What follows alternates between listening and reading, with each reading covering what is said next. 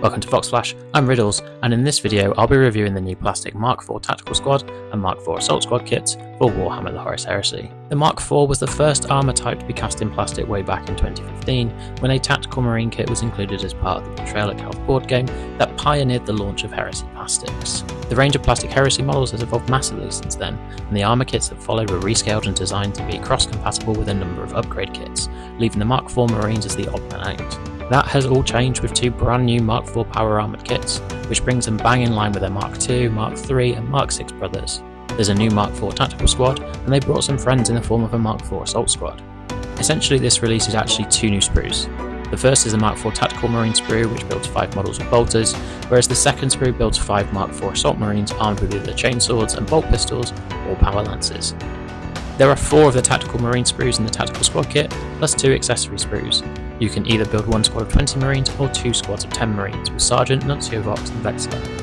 You get 9 heads per sprue, including 3 unhelmeted and 1 that's compatible with the crest, but aside of the Sergeant components on the accessory sprue there are no other weapon options in the kit. The Assault Squad on the other hand includes 2 of the Assault Marine sprues, plus 1 jump pack sprue. You can either build 1 squad of 10 Marines, or if you build them as Veteran Assault Marines they can be split down into 2 units of 5.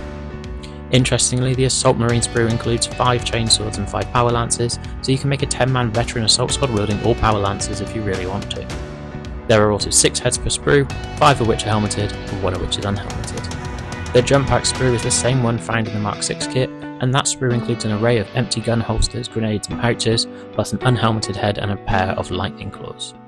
I've had more than one person tell me they're disappointed about the jump pack sprue, as it breaks away from the mono turbine design that was featured on the resin models, opting for a cost-effective route of including something that was already tooled, which breaks from the heavy historical sci-fi vision the designers have for the game. This seems like a misstep, but the models are otherwise better proportioned than the previous Mark IV kit, clearly taller and leaner than this chaplain I have to compare it to, and more in keeping with the proportions from their other plastic power armoured brothers. I will say though that the Mark IV armour really emphasises how bulky the Mark II Assault Marines are, and I know who I'm placing my money on in a fight. The final design is a nice take on the artwork, with the iconic grilled helmet and crossbody straps, and this redesign means they've been told to be compatible with the expanding range of upgrade kits, even including gauntlet pieces set to the arms if you're building a heavy weapon squad. The Marines are assembled much in the same way as their Legion buddies, with a few little oddities. I found that some greaves have a slot to position the leg into, whereas others didn't, meaning that leg was a bit free in how it was posed. I also found the shoulder indent on the inside of the arm was a bit loose when trying to glue it to the torso in the correct position. This meant there's a little trial and error when lining up the hands with bolting. This mattered less on the Assault Marines as their chainsword and bolt pistols are single-handed, but I also encountered this when assembling the 2 power lances. The recently released Custodian Guard had a great solution for attaching spear hands to their wrists, meaning they could only be assembled one way, so it was disappointing not to see that carry over to the 2-handed weapons on the Marine kits. I definitely think there's something to learn from the Custodian's Infantry in the future, which is a statement that extends to feed placement. With the Tactical Marines, the feeds generally connect to the visible side of the thigh or elbow plate, as well as the curved vents on the side of the backpack, whereas on the Assault Marines, for some reason, the feeds connect to the side of the greaves.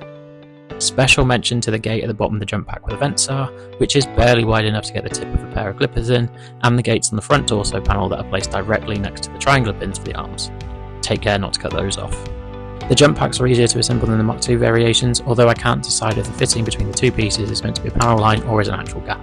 And that leads us onto the poses, where you've effectively got 5 leg positions to play with, and the Tactical Squad kit only really gives you 1 set of arms that truly feels like the model is aiming and firing. A couple of the others look like they're firing from the hip, and there's a bunch of Marines standing idly by, so I would have liked to have seen a second firing pose without a strap. As you might expect, the poses from the Assault Marines are more dynamic, although this running pose is slightly precarious with the way it connects to the base. It does look awesome though on the Sergeant sprinting with a pair of lightning claws. It is also noticeable that despite having jump packs, these guys all firmly have their feet on the floor. There's none of this take-off and landing you get from the Vanguard Veteran set that you find in the new 40k starter set for instance. The bodies are also posed that the power lances look natural. As mentioned, there are 10 in the box, of which 1 in every 5 can be wielded single-handedly.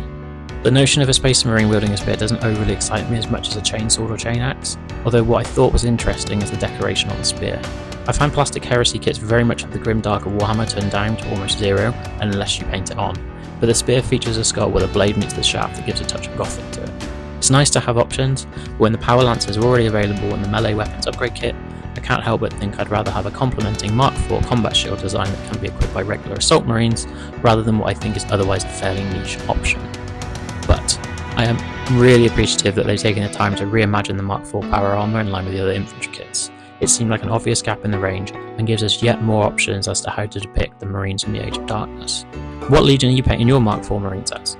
Let me know in the comments and subscribe to Vox Flash for more Horus Heresy news and reviews. Coming soon.